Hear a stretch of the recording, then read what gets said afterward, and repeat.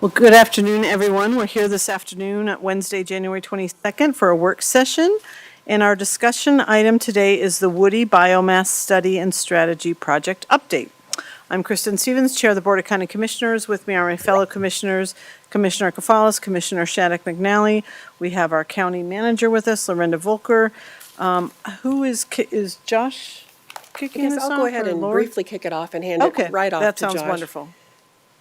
Staff has been working on this with the community members and stakeholders for quite some time, and I think they're at a place now where they want to present what they've learned to you, give you an update. This is by no means finished. The study is still continuing, and Josh and team have slides to present to you. I guess I'll let you all introduce yourselves as you speak. Is that the best way to go, or do you want to introduce the team? Yeah, I'll introduce myself and then we'll introduce the team, if that's okay. Thank you, Lorinda. Thank you, commissioners. It's great to spend some time with you today. We look forward to chatting about our project. I'm Josh Roberts, Mitigation Coordinator with the County Office of Emergency Management. Also with me are some key folks. If I can, just let them introduce themselves and then I'll get started with the presentation. Thank you, Josh. Good afternoon, Commissioners. My name is Dwayne Penny, and I'm the Director of Solid Waste. And I'm in an advisory role, working with Cambium and Josh on this important project. Very excited to share the information and be a part of today's work session. Hi, good afternoon, Commissioners. My name's Alicia Blake. I'm with Cambium Carbon and project manager and consultant on the Woody Biomass project. Have been supporting Josh and the rest of our advisory team over these last 8 or so months. Hi, and I'm Marissa Repka, also a consultant with Cambium.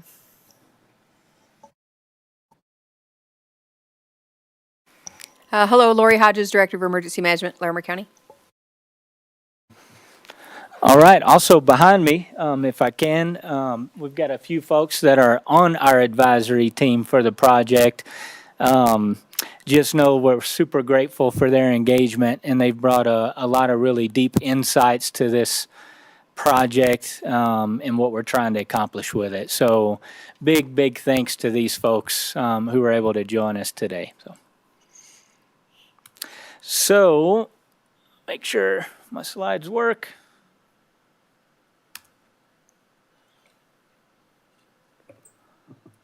Here we go. You may recall, really the catalyst beyond this study and strategy project is really how can we help to increase or improve the pace and scale of the wildfire mitigation treatments, the forest health treatments, protection of our watershed health, all of that good work that's happening right now. How can we increase the pace and scale of it? One of the challenges to that, at the moment, a barrier to that pace and scale increase is the biomass that's generated from those treatments. A lot of times we end up piling them on the landscape, and so we have a lot of piles across the landscape of this biomass, which presumably reduces the effectiveness of that treatment, as well as we might be missing opportunities to utilize that wood. So in better understanding that challenge, we really thought that it would be important to understand the challenge with local nuance in a more robust way of understanding this challenge. How big is the challenge? What's the scale that we're talking about? And then only after understanding those two can we then start diving into all right, here's what we think we should be doing about it. We can then right-size the solution set after we better understand the challenge and the scale of it. And that's what this project was. It was to do those things. So today, we find that it's a good point in time. Well, we've been in this project 8-9 months or so, and we've got another month or two left. But it's a good point in time to present you guys with some information that we've found in the course of all these conversations and all this deep work, as well as provide some sort of preliminary thoughts that we're having around solution set or themes that we're experiencing as we're talking to folks. So that's what we'll do today. I've got the presentation that I'll go through. I'll probably breeze through some of the overview slides that talk more about our project and the status of it. I think some of y'all are probably pretty familiar with the work at this point, but then certainly we'll have time for questions, any questions. And we want your thoughts and your perspectives on these things too. Here's the agenda. So I just mentioned sort of the overview of the project, the goal of it. Woody biomass, it's a term too, it might be worth mentioning. We're really defining that. That's the byproduct of forest treatments.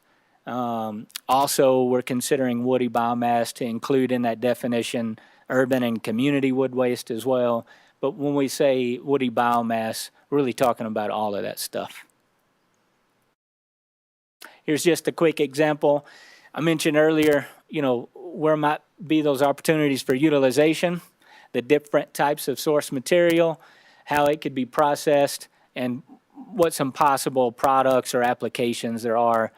I think a theme of this study project is to really lean into thinking about our forests and the biomass therein as resources, not necessarily just, trash to dispose of, right?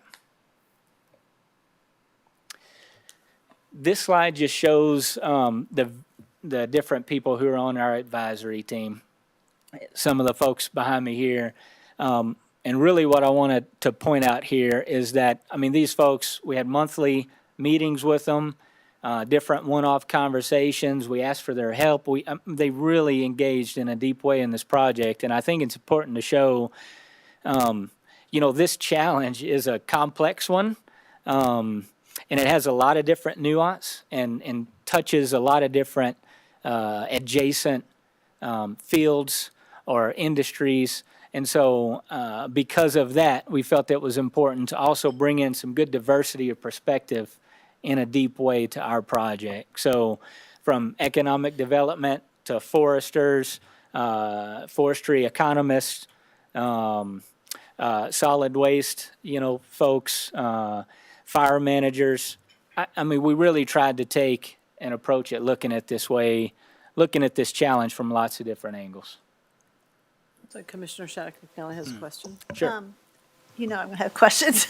I also noticed, and one thing I appreciated was it wasn't only a diversity of expertise, but also levels of government. And I think that was really important to note as well, from a local level up to a federal level, because really in Larimer County, our landscapes are over, we have to learn to work together because, this problem does not know boundaries or lines. It is a shared stewardship kind of approach. And so I wanted to just note that and make that comment that I appreciated that. And I've been watching, as you know, very closely, and I really appreciated the partnership from the top to the bottom and the top and the bottom up, and it was noted. So thank you. Yeah, thank you very much. Great point. Yep, and we agree. Absolutely. So, if the first phase of this project here is to really understanding the challenge with local flavor, local nuance, we got to do a lot of research, and certainly that includes talking with a lot of folks that represent different perspective, who might have different, slightly various goals, and all of that really is to try to understand what their thoughts are on the challenge, why it exists, what maybe we ought to be doing about it, the collective we, not just the county, but all of us together. And from there, we'll start to find themes, of what we're hearing at large. Where is that consensus that we can all find? So we talked to a lot of different folks from wood biomass generation, kind of in that lane, utilization and processing, and certainly government and policy partners. This is not indicative of the full suite of people that we talked to. This is just a sampling. Alicia, would you say we probably had 1 hour conversation type interviews with 60, 70 plus individuals? Yeah. I would agree. In addition to just, of course, remaining, open to any feedback from our web pages and other webinars or things that we've done. So I tell you all that to then sort of say, every person has a slightly different take on things, And I was really hoping for someone to provide that silver bullet solution. Look no further. But, alas, the silver bullet wasn't found because there's no silver bullet solution. However, what we did find are themes. These themes materialize, and this is a big part of what we wanted to give to you guys today to make sure you're aware of. These are the themes that sort of materialized from all of those conversations and engagements. Infrastructure and capacity. So, reaching and managing the material, that's a huge need. Oftentimes, and we'll talk a little bit about in the second bullet, hauling. There's challenges with hauling. We have mountainous terrain. The road network isn't necessarily super exhaustive like you might find in other more flat places of the country. Haul distances can sometimes be from point A to point B. These things causes challenges and make the transportation of material oftentimes a little bit pricey, and in many cases it doesn't pay its way out of the woods. Second segue to the second bullet. Our saw logs, so those logs that we can get dimensional lumber from, that's not necessarily the issue with finding an off-taker for those. It's the slash. You'll probably have heard that term before. It's those things that have traditionally had lower market value. So the economics of transporting it out and all those costs, they just don't line up. I don't know if I'd call them profitable. Oftentimes it's just more trying to recover some cost by doing those. So, which is another big reason why it's left out on the landscape in many occasions. Aggregate and market woody biomass cooperatively at scale. One of the things we've heard is, our local industry, they will spend tremendous effort on trying to find an offtake partner for the wood that they generate and have from a project. And it's, when you have X amount, a smaller finite amount of material, you're limited in your marketing potential. In terms of larger or building that larger capacity in the offtake market. But when we're able to combine those or work cooperatively, there's more confidence in the feedstock, and it can be a more attractive investment for some of that heavier capital on the offtake capacity growth side. But these are kind of the themes that we've heard in a lot of different ways from a lot of different folks. I'll pause here. Any questions you guys have around the themes of what we're finding with this research and in talking with folks? Any questions? You do? Commissioner Gonzalez has a question. You do? Okay, go ahead, please. Thank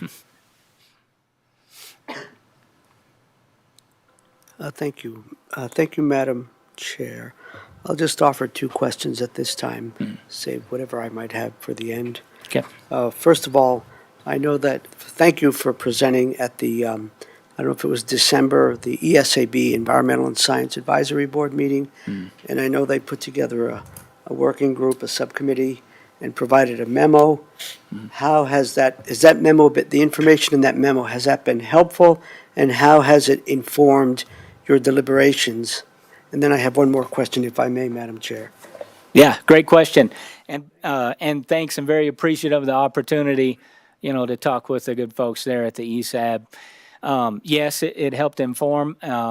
There were a couple of, I will say, the majority of the comments, they really spoke more towards how we're treating and managing the land currently, where this project wasn't necessarily focused, on that. It was more regardless of how it's being treated. We want to understand how it's treated today, and then now really focus in on what we need to do with the biomass that's generated from that treatment.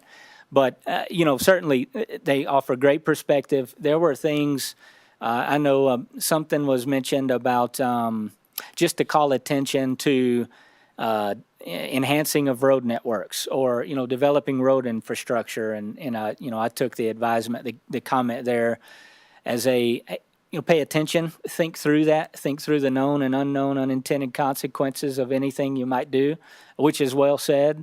I think on that particular point, oftentimes we understand from our forestry experts and wildlife experts, some of these non-paved, like two-track roads we see, they oftentimes end up being wildlife corridors because our forests are too dense otherwise. But I think the point, that they make, and, I think the approach that we tried to take, the spirit of this project is we want to talk to everybody. We want to understand all perspectives, best idea wins, kind of thing. And so, certainly we would, and I'd submit this remains open for a rigorous review. And we'll talk a little bit about the methodology that we come up with to estimate some of this biomass. We put a lot of pretty good intellectual horsepower on coming up with some of these things. But we know we're all in this together, so let's continue leaving it open and leaving it up to folks to offer perspective. Thank you, Yes, sir. Josh, and certainly agree that we're all in this together. May I ask my second question? And that is, when you talk about profitability in regards to perhaps the second bullet point and slash, do you take into consideration the potential economic benefit if we're avoiding more catastrophic wildfires, if we're doing a better job of removing some of this fuel? Yeah. Does that factor into your equation about determining profitability? It does factor into how we're evaluating these solutions, and I think if I can, when we get there, I'll let you guys kind of elaborate on that a little bit. But Thank you, Madam Chair. I'm good. But it's a great point in that there's lots of different connection points, and we got to think about this in a really well-rounded way. So, It's all good. Thank you. bet. Thank you. Any questions? Not really a question, but just a comment that even at the State Forest Health Council, the Legislative Committee, and I'm sure Max and them know about this, we were talking about, our theme is about the cost of doing nothing. And there is a cost of doing none of it, getting this work done. And so we are working on that information. And so that's kind of, I know that idea and some of that, some of those information's coming from the State Forest Service. So I just wanted to kind of note that even at the state level, we're having these conversations every 2 weeks. And Yeah. you're always welcome to join. But I'm really, and I appreciate you guys coming and present in front of us, but super excited. Yeah. And I won't ask, try to leave all my questions. I'm just so excited to finally get to dig into this, so thanks. Yeah, awesome. Yeah, great point. All right. I think we're ready to keep going. Okay. We probably have a lot of ground to cover, and I believe Commissioner Cavallo has a hard stop at 2:30, and so. 2:28, because I have a meeting at 2:30. 2:28 then. Got it. Even sooner. Well, I even try to breeze through this even more here. So the next phase of the project here was, okay, now that we understand with some nuance, in a little more deep way of why the challenge might exist and what those challenges are, how big is this challenge, right? What's the scale of this challenge? And we wanted to get from a place of a nebulous point towards the mountains, towards the forest, and say, well, there's a lot of biomass there, a lot of woods there, to a more realistic number, because you can do things with numbers, So another point here, just like with our advisory team and thinking around this challenge in general, to come up with a methodology to estimate the scale of this challenge, we had a lot of intellectual horsepower in that regard as well. And this is a list of folks that really helped inform our methodology in a deep way. PhDs, data analysis, data analysts, silviculturists, it was just foresters. A lot of folks put their thinking on this, and we also floated the methodology, draft methodologies at a few different times to make sure we were thinking about it correct. The only real, true 100% way to estimate biomass, if you can even get to 100%, is to walk every square foot in Larimer County, all the forests, and it's probably not realistic. Although we may try, right? But we wanted to go about it another way, and that is a top-down approach through remote sensing tools, GIS analysis with some best available data sets, as well as a bottom-up approach, understanding how land managers are doing treatments, what their goals are, what they're seeing and doing in terms of biomass generated and removed, and sort of scrunch those together and meet in the middle for certainly a solution with a passing grade. And as part of this estimate work, we were able to put together a cool a couple of nifty products. This is one. It's available on our webpage right now. Not only does it provide in totality, a summary of and characterizations, but we can slice and dice this data up in different ways with some clicks of a mouse. It also serves as a cool little planning tool that land managers and others can look at to estimate biomass that might be generated from any given treatment project.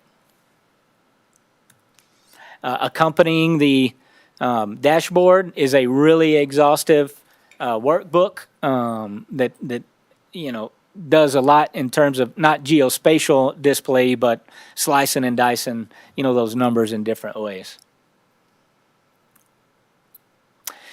Again, just kind of a reminder, our that dashboard tool that we showed you, that was more focused on, we kind of had to think about this in two ways. One, our forest lands biomass, how do we estimate that? And then two, our urban and community biomass, how do we estimate that? Working with folks like Dwayne and others. So we really wanted to pay attention to both sets. In the forest land set, though, just real quick, I thought this would be good to show you. At the top, think of this graphic as a filter. At the top, that's the total amount of biomass estimated in bone-dry tons across Larimer County. This is just Larimer County numbers here. So that's 112 million bone-dry tons of biomass. Well, we can't, all of that is not feasible or accessible to treat. Some of it's on slopes to where it's not advisable, not easy, to treat that biomass. And there's much of our biomass is more than a mile away from any road, even if it's a Forest Service road. So when we apply and look at, 112 million bone-dry tons of biomass, now let's think what is feasible and accessible to treat. That number drops to about 50 million, 47.4 million bone-dry tons.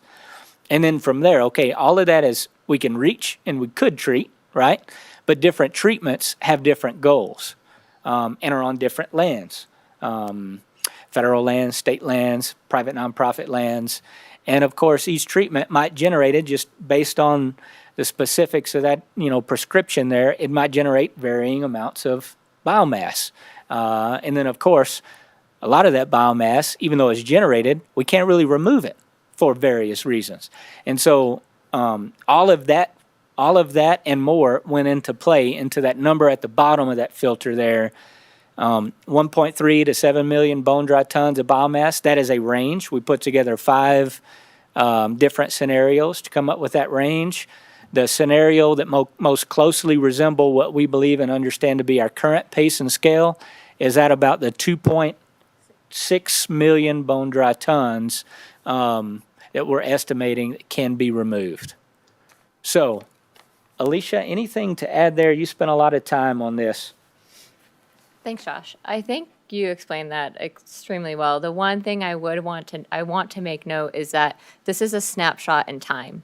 So we're looking at this based on a 2016 USFS set of data with an overlay of some high-resolution data in our fire area. So, for example, we did remove the Cameron Peak fire from these estimates, knowing that that happened in 2020, and we are looking at a data set from 2016, refined again through those high-resolution images. So, yes, when we think about 2.6 million bone-dry tons in totality, that's a snapshot of today and doesn't necessarily take into account forest regeneration that might happen in the next 30 years. So there's a bit of variability there. However, the intent, right, for this project is to think through what does that mean on an annual basis? How can we right-size our solutions, our management, our infrastructure to those numbers? Yeah.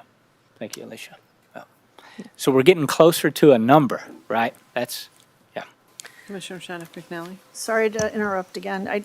So 2016 numbers, taking out Cameron Peak, we also have climate change and vapor pressure deficit conditions and changing conditions in our forests, which is causing some of those areas to not thrive and some of those trees to not be more of a risk because they're of all those factors. I won't drill down into all of that. So how do you overlay all of that? Because when you talk about changing conditions, that also is a constant changing condition with drought and water and my favorite word of the last 5 years, vapor pressure deficit. Yeah, it's a good question, Alicia. If you can quickly explain or maybe describe some of the different layers or the things that went into this. Some of it we can't admittedly, Yeah. it's too, nebulous to really hone in with a great deal of precision. But, we had to get to that passing grade, right? Well, how about I'll refine the question to be more simple. Did you take into in consideration how the changing climate conditions and our forests getting drier and becoming more apt to have a mega fire? Is that also something that you took into consideration when thinking about what needed to be removed in certain critical areas and things like that? So that's when we're thinking about treatment details, this project didn't necessarily focus on what are the best ways in which we need to treat and remove that material. We really leaned into the experts, the land managers, the wildfire crisis strategy teammates that told us how they are doing those treatments today. And so we're taking that into account, but it wasn't something that we advised on, rather understood those best practices and applied to those scenarios that inform that 1.3 to 7 million bone dry tons. So in short, yes, absolutely, those data advisors that you saw on the slide before built in those assumptions with us. Thank you. Actually, I think maybe to just dive a little deeper, and I think this is a good transition to the next slide. But the total treatment, there are nuances of what's on the landscape and what we think potential decline might be in the forest. But I actually think on a year-to-year basis of removal estimate, it's more governed by the capacity of the land managers to treat and remove on specific acreage. So I think if we keep moving here, there's a slide on what our partners are able to manage today and bring that down to this 70,000 bone dry ton per year estimate. So while I think there is range in that larger what's on the landscape, the rate limiter here is really our partners' ability to remove biomass. Thank you. That's an excellent point. Thank you. I think we're good to keep going. Okay. We're getting closer to a number, right? Like a real live actual number. This just shows that number over time. And so if you look different land ownerships, right? And kind of how they're doing treatments, what those treatment goals may be, the capacity they have to do so versus the acreage that they have to manage. And you see you can do some simple math and get a figure and have a temporal aspect to it. Couple of things. One, the federal government, federal lands, and that treatments. So assuming current pace and scale, right, what we're doing currently, it'd take 15 years to treat all that they need to treat. If it's done at current pace and scale, and that gives us, we have a number amount, right, what that means in terms of biomass estimate. Important point to know here on the federal lands, about half of the biomass that's generated in those treatments, it's actually left on the landscape because there's not an easy or good opportunity to move that lower grade stuff off that landscape and put it into an opportunity for utilization. So that's important to know. It takes a long time, right? But right now, even if we're doing it right now, we're still leaving a lot. So we gotta figure out a better way to manage that. We, the collective we, right? If you look at the private nonprofit, capacity is a little bit more limited there, given relative to the acreage to treat, the biomass, if you will, to generate and remove. And you see that timeline, 131 years. So there's different, even at current pace and scale, it'll take different amount of times, just depending on the treatment, depending on the land ownership. Two real things I'll point out here, in addition to our challenges of private nonprofit lands, right? How can we strengthen that window or decrease that window of time there? But 15 years on the federal government side, this is no longer a couple hundred years, why should we even start? I mean, we can really move the needle here. We can really do something about it if we all work together and do so. This is what we're talking about. So I always show a picture. It's one thing to put words and numbers on a screen. I know you've spent time in our forest, but this is a lodgepole stand. It's a U.S. Forest Service treatment. This is where Mike took us, Dylan. A lot of dead and down. So lots of biomass that if we are able to figure out and help improve utilization opportunities and how we address those three themes that we heard, this stuff is also a resource. So how do you get that stuff out? You pile it up and burn it? Well, yeah, that's one way, and that's kind of the current, thought, because it doesn't pay its way out of the woods, right? And removing some of the residual, the slash, so it's piled on the landscape and burned. But the burning is not happening at the rate to where it needs to happen. That's a great point, though, Commissioner. One thing I should mention is that, a real big goal here, a treatment is most effective when it's thin and you've got prescribed burn. Right now, in many cases, our conditions, environmentally, aren't where we can prescribe burn or manage a wildfire, right? So we got to treat it first to get it to that point. But the overall goal is to get beneficial fire on the landscape. I mean, that's going to be our big bang for buck, our best way to treat, and that's the most effective treatments. You don't just treat once and then leave. I mean, you have to maintain it also. So, your point that you make, I think, is really good, because it gives me that opportunity to say that overall goal. We can't do this work at the detriment of the other things, burning, prescribed burns, we got to do all of it. Thank you. Sorry. Next slide. So back to not just forest lands, but also we're thinking about urban and community biomass as well. And you can see those numbers, but in totality, about 30,000 bone-dry tons of clean biomass is managed annually. Dwayne, if I can, let me offer you anything you'd like to say here, Dwayne? A lot of that, yeah. I would on this. One of the things, the Port Collins Urban Forestry, I was looking at that number. They have a pretty robust yard program going on right now where they're collecting a lot of yard waste. And so that number is going to change significantly because that service was offered with this last contract with the Republic. So that's going to change. That's a big number that we're looking forward to putting up there. And then Loveland, they have a really robust program going on right now, and we spent some time with those guys yesterday, and they are really excited about growing their program and working with the county. And so, and then when you look at what we have on the Larimer County solid waste, that's just clean wood. We have a lot of green waste that we are not putting in the landfill right now, but we're putting, easily 40 to 50,000 tons of wood waste just from contractors and stuff like that, lumber, that we need to get that out of there. That's where the C&D facility conversation comes in for another day.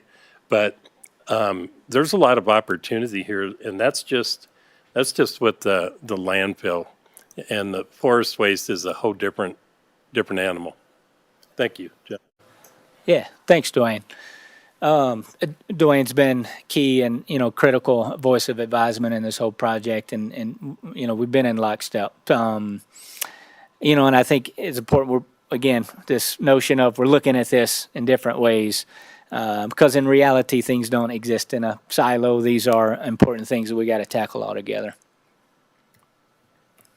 So here's kind of the talking point. So if we add up the estimate in our forest lands, the estimates in our urban and community spaces, right now, current pace and scale, the collective public, private entities, are removing and managing I put ish in parentheses there, about 100,000 bone-dry tons annually. So what we're doing now, managed ish, many times piling it, leaving it on a landscape to maybe one day burn years from now. I don't know if we can really call that managing, but there's a lot that is left on the landscape that would add to this number as well. So we understand some nuance of the challenge, the whys and wherefores. And now we have a better handle on the scale of the challenge. Well, we've got a decent estimate, a decent number. Now, what should we do about it, right? So that's kind of the next phase of the project and where we're at now. If you look, this graphic is just indicative of the supply chain. If you see on the left, the types of material and how you process that and to end up with some certain end use. There's utilization opportunity here. Again, this stuff is a resource, not trash, right? Utilization opportunities. Commissioner Cafalas, to your question earlier about how we're evaluating these. So each one of these, actually this set of solutions, a tool, a product, an end-use product, a technology, or what have you, we're putting each one of those through a pretty rigorous evaluation framework, looking at it in different ways to include what if we don't do anything? Are there co-benefits? What's the impact on a general public good, that this tool, end-use product, or technology may have? But in terms of the evaluation framework, I know y'all are waist deep in this right now. Anything else, Alicia, you and Marissa would want to say about the framework here? Sure. I think something that's really important to note is we also had done an exercise with our advisory team and other members to say, when you look at each of these 5 prongs, what do you prioritize on this scale? And I would say we heard different answers from every single advisory team member. Some folks said number 1 on impact on public good. Other folks said number 1 on effectiveness, for example. And I think that's a really important nuance, right? That when we're looking at each of these technologies, it's not necessarily just profitability, to your point. We're also considering how does this impact our public health? What does this mean for economics and mitigation in the long term, et cetera? And so those will wiggle and change. So this is a framework. That's a keyword there, framework, right? So in each solution set, we're looking at these questions, but how we're answering them may vary and shift. Yeah. Marissa, anything to add? Yeah. Thank you, Alicia. Hey, Commissioner, did this answer your question from earlier? Okay. So we're these folks, the experts that we've hired are waist deep, in evaluating these things. But one thing that we have come to realize, or what's materialized, if you will, throughout the project thus far, is there's not a silver bullet, right? It'll require a solution set. Different things will work in different places at different scales for different reasons. And so really what our theme and our takeaway here, what that tells us is, okay, how can we enable all of it, right? Complex supply chain, still important work, right? How can we enable all of this? And that kind of brings me to some meat of what we wanted to talk to you guys about and get your thoughts on, is this concept that we're calling the Biomass Processing Network. It really aimed to help plus up or strengthen these local supply chains for this material to utilization opportunity to end use. Of course, collaborating, the Larimer way, and how can we make sure that tide will rise in a way that lifts all boats, ultimately to help accomplish an increased or improved pace and scale of this important work. Wildfire mitigation, protection of our watersheds, forest health, protection of those things that we value so much for recreation and all kinds of other ways and reasons. So when we think about this Biomass Processing Network, I've been using the acronym BPN. You guys have heard Ms. Hodges and our OEM team enough to know we deal a lot with acronyms, so if you'll allow us the creation of another acronym. But it means there's a lot of different nooks and crannies here with this Biomass Processing Network concept. But this is a concept right now. And so just keep, big picture vision here. Think really 2 important nodes, satellite yards and biomass processing sites. and of course, all of the resources to make that happen. Satellite yard being, think of it as a small scale, 5, 10, 15 acre site, more like a transfer site, to where you have material in, it's handled, sorted, processed in a given number of ways, and then ultimately hauled out. So it's movement, right? It's a transfer site. Smaller scale, closer to where the projects are, to help offset some of the hauling issues. Biomass processing site, think of that more larger scale, down the hill, closer to wood utilization opportunities, really where maybe more of the processing kind of things to certain spec with technologies or other end-use products, where those would occur. So those are the two nodes. Just a visual, it's conceptual in nature, but just to kind of give you that visual.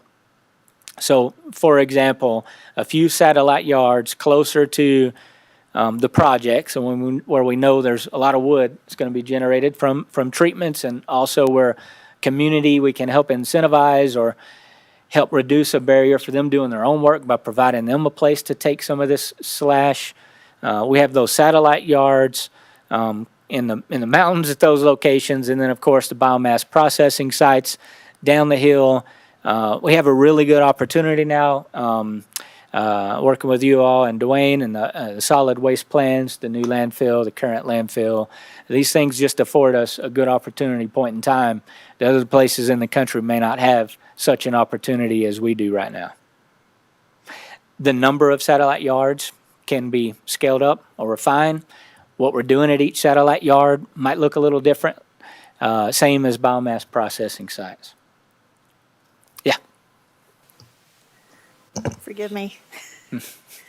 You know, I'm trying to not jump up and down on my seat.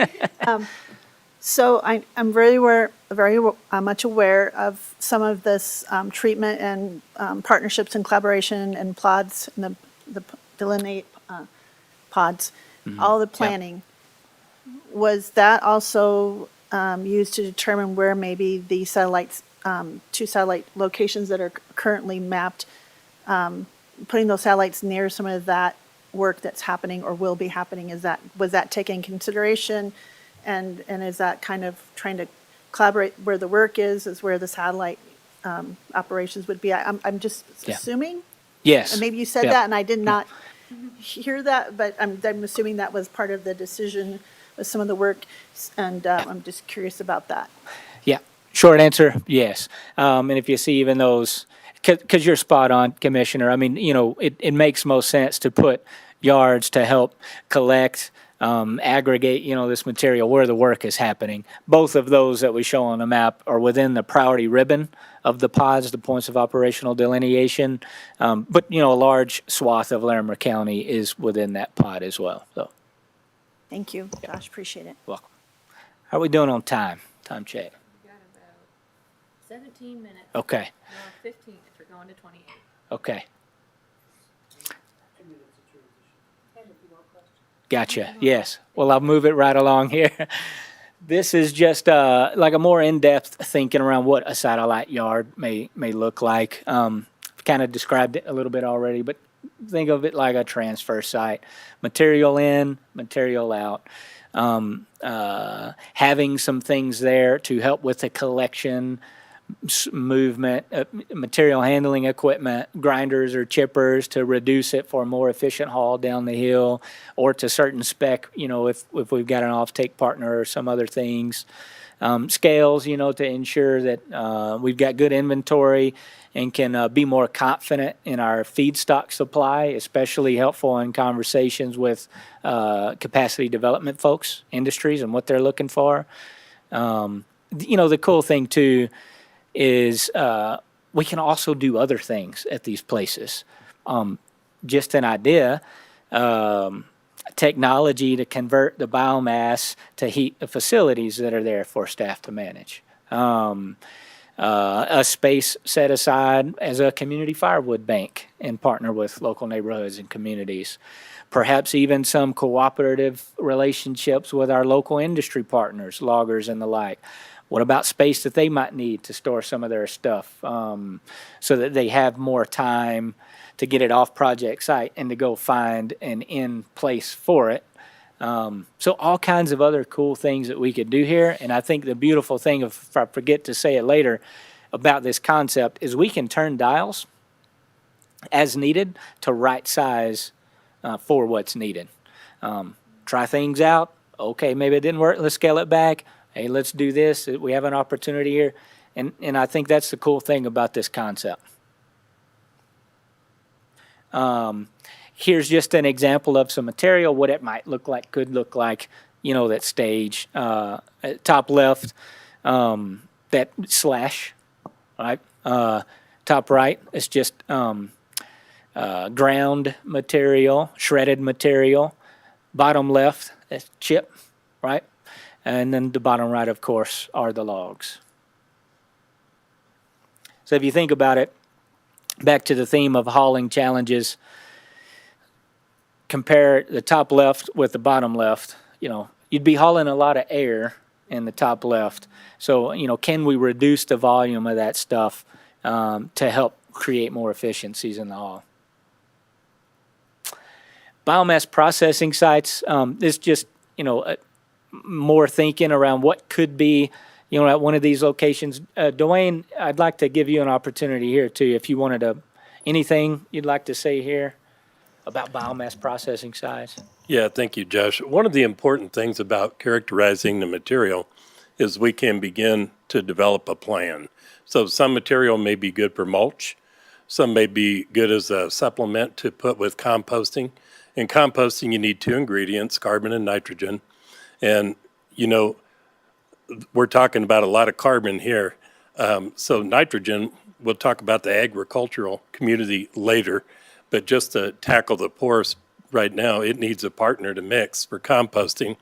So these are all the things that we're looking at. How do we develop a facility where we can actively feed a biochar technology so they can develop more pure carbon to do whatever we need to do with filterization. There's a lot of things we do with carbon. So that's a really good one to talk about, and it's a pretty popular one, but it's happening right now. And we have that opportunity at our, within our grasp. So it's a big challenge. I think understanding the magnitude, we can look at it at a bigger picture and begin to develop a plan because solid waste is already heading in this direction. And now meeting with forestry waste, as a county, we can get a lot of benefits by bringing the partners in and helping develop these programs. And so I think this is a good, just quick look. There are a few states that have really large gasification systems going where they're using the biomass to generate electricity. And that's happening in a few states. They also mix C&D waste that's non-usable with the biomass to generate electricity. So there's different systems and technologies, and we're just scratching the surface now, but understanding what we're dealing with is really important. And I think we get a lot of support from, certainly the solid waste side on the solid waste side, because they're definitely heading in this direction to keep organics out of landfills. And so we just need to develop these programs to help with this material too. Commissioner Shattuck McNally. Just a quick question. As you know, the Gates Family Foundation is looking at mass timber, and some of this material is just what they're looking for and what they want to build more buildings with mass timber. So is that a partnership that we would look at too, since they are looking to expand some of that work? I'm just curious about that. If that just for nice to know we looked at that. Yep. Yeah, totally. We've talked to a few, key folks. I'll mention them. Will Lepre with the Mass Timber Coalition, who's heading that up for the state. The Colorado Mass Timber Coalition, as west as Golden West Pine Mills, and some of the things that they're doing. So certainly conversed with them, got their thoughts on all these things. Anything to add? Okay. We Also presented this project at the Colorado Mass Timber Foundation Yeah, okay. Conference in the fall. So they're keeping tabs on this as well. And we saw Will yesterday as well. Come to our, we had a solutions workshop, so really appreciate their engagement. So this Sankey diagram here is just illustrative. So if you can see on the left, there's the biomass that's generated and removed. You even see that in the middle section there, the 55,000 estimated, that's, well, there's no flow out from there because it's left on the landscape, right? But you can kind of see and get a sense of where this material, the opportunities are, and how to move it through to find an end use for it, right, through this biomass processing network concept. So I wouldn't get too caught up on like the size of each of those streams or the numbers. It's really just to indicate, that material can be processed through this network in an intentional way. So we could increase the satellite yards, both the number or the amount of those. Certainly there's some, that purple line in the middle, our current logging partners, industry partners, still, continue to find their own offtake partnerships, this is just to really illustrate, how the material can move through the biomass processing network. Thought it was a cool slide. An even cooler slide to me, this one right here, if 100,000 bone dry tons today is our current pace and scale, I think what is within our grasp and what's doable, we can scale this up. We can implement, and of course, lots of hard work and, challenges, resources dedicated to doing this. But first, fix the way we're able to manage these things today. And then also within our grasp is not just doing a better job at the current pace and scale, but we can actually improve pace and scale, to some degree. I think, again, really it speaks to me to this notion of, and at present, there's such opportunity, there's such good energy. Lots of people are thinking about this, and no longer at the beginning of this project where it might have been a nebulous, well, there's a lot. How do you move a mountain? How do you eat an elephant kind of thing? And now to where we're at today, it's more action oriented. We can do something about it in the time that we have to do it. And I think that's a really empowering thing. I kind of want to also show some pictures from, this was yesterday. We had a solutions workshop with folks from varying perspectives, varying levels of government sectors, all come together to really think and talk through, this challenge in just a half a day time frame where we got them all together. And I thought there was great conversation, lots of ideas. We did some sticky note. Some folks got to draw trees. We got to pick team mascots. Lots of good conversation, hands-on type of discussion activity. Lots of really great energy, in the workshop yesterday. And I think someone, Adam, it might have even been you, but I remember the sentiment that was shared in like a group report out, where either it was a realization or the sentiment that was shared is, wait, we can do something about this. Look, everybody in this room working together on this. So it was just really great energy, good discussion. So I can show you a slide on like next steps or closeouts where we've got another month or two to really continue to dive deep in the evaluation of those utilization opportunities, to put more thinking on, enabling things and what our role might be. So more work to do, more research and analysis to do. However, this is a great point in time in the project. Would love your thoughts and perspective. Of course, any questions you have on the biomass processing network concepts or anything in general about the project. I'm going to let Commissioner Cavallos go first if he has any questions, since he's got 3 minutes. And then I'll go to you, Commissioner Shannon McNally. Thank you, Madam Chair. Great presentation. I suppose you can share this with us. I think it's different than some of the previous ones that you all have provided to different boards and commissions and different groups. A question would be, what role do you think we have in the advocacy space? For example, interestingly, I think we're all meeting with our new Congresswoman from CD4, and it seems to me that this might be an area where there might be common ground. Is where are we going to get the money to do this stuff? Yeah, I think. Be asking her for money? Well, short answer, yes. I mean, I think, kind of a two-part question. I think, really, I feel like it's our job, and this project's job to inform you guys, to do our level best at understanding, this issue with nuance, the scale of it, what we think, might be best practices and recommendations to do about it, but ultimately to inform you guys in a way that to where, and I know you do, you get it as well and can help, espouse the need and the benefit, for these things. So I think advocacy, and certainly that can't go, that comes along with, on the funding side, it's going to require, just like there's no silver bullet solution, there's no silver bullet source of funding for this.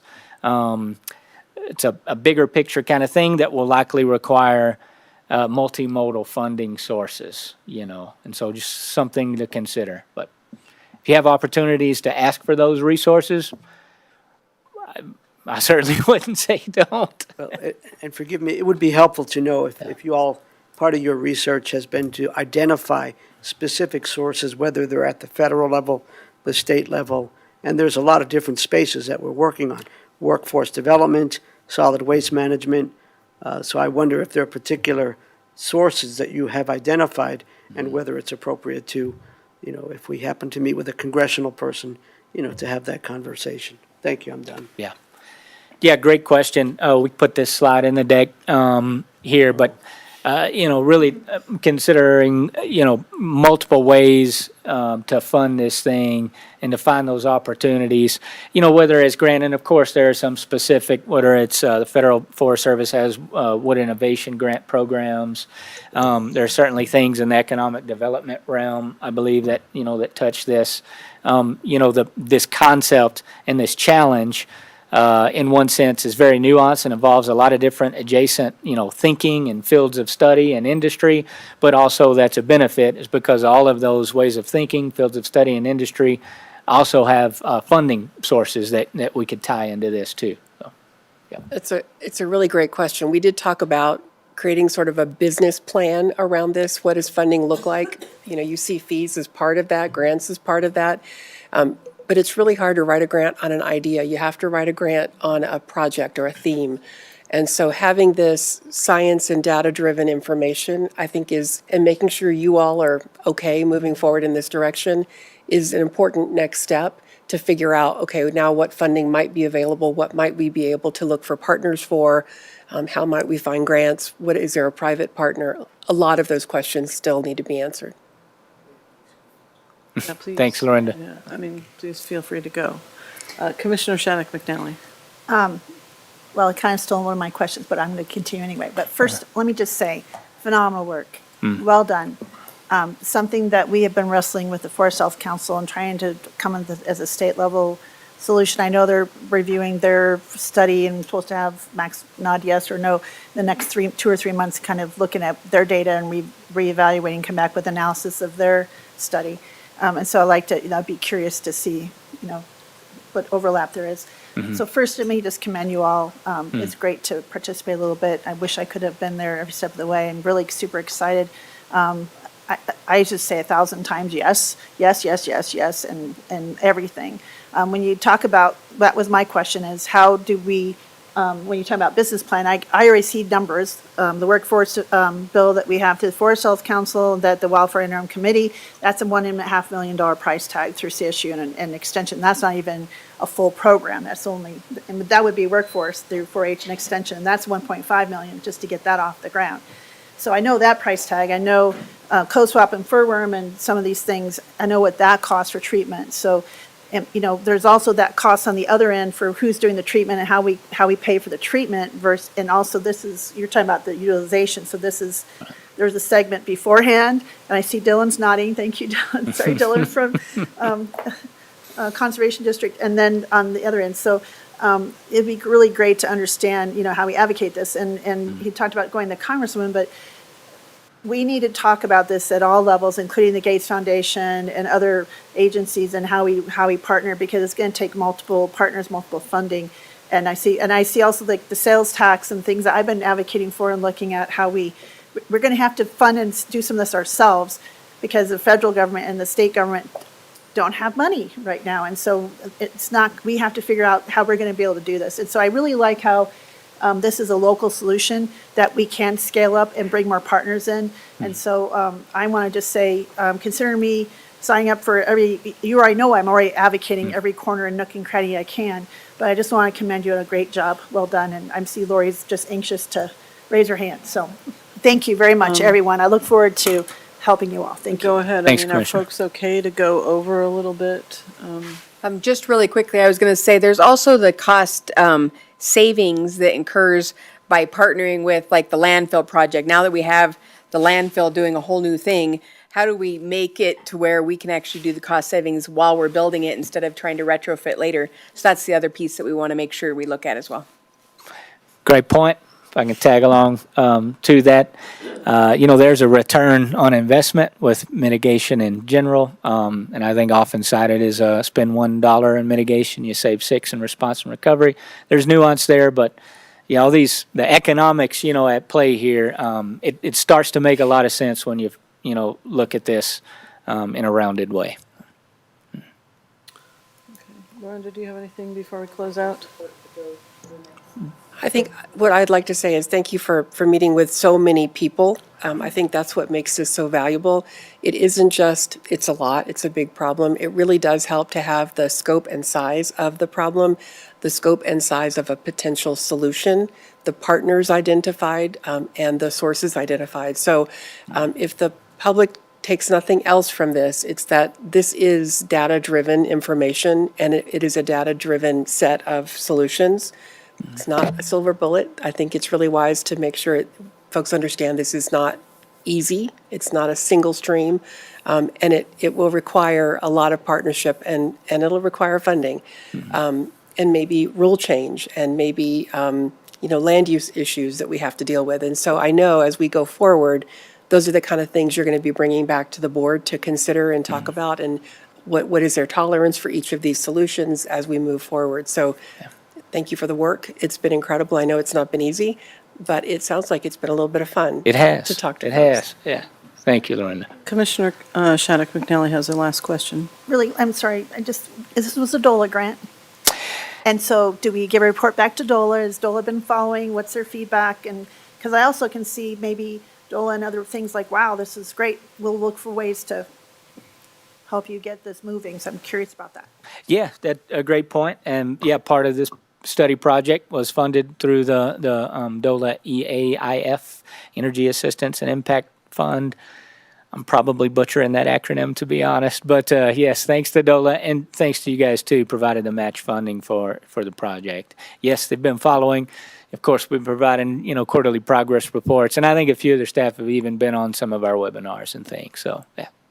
Well, and to add to that, the planning grants through the Energy and Mineral Impact Grant, sometimes DOLA does fund those knowing that a bigger project might come from it. So that is one of those funding streams that might be available to this, is if there is a way to do an Energy and Mineral Impact Grant at the larger scale, they're going to have this planning grant to show all of the data that went into and all of the work that went into this to find those solutions. Okay, well, I'll just try to give a couple seconds worth of input, which is that I'm supportive. Obviously, the costs are, kind of going to be, I think, the big thing to figure out, right? I mean, it's great work. It's important work. It prevents, more damage to our forests, and it could be costly, at least to get things running. I mean, I love the idea of a circular economy, so if we could get it to scale where it sort of starts paying for itself, that would be obviously the best situation. But I would say, yes, let's start pursuing ways to make some of this happen, looking for grants. I saw the tax up there, we'll see about that. But certainly let's start thinking about how we might be able to fund some of this and get it going, because it's important to do it. So thank you all for being here. It's 2:35, we're adjourned. Thank you.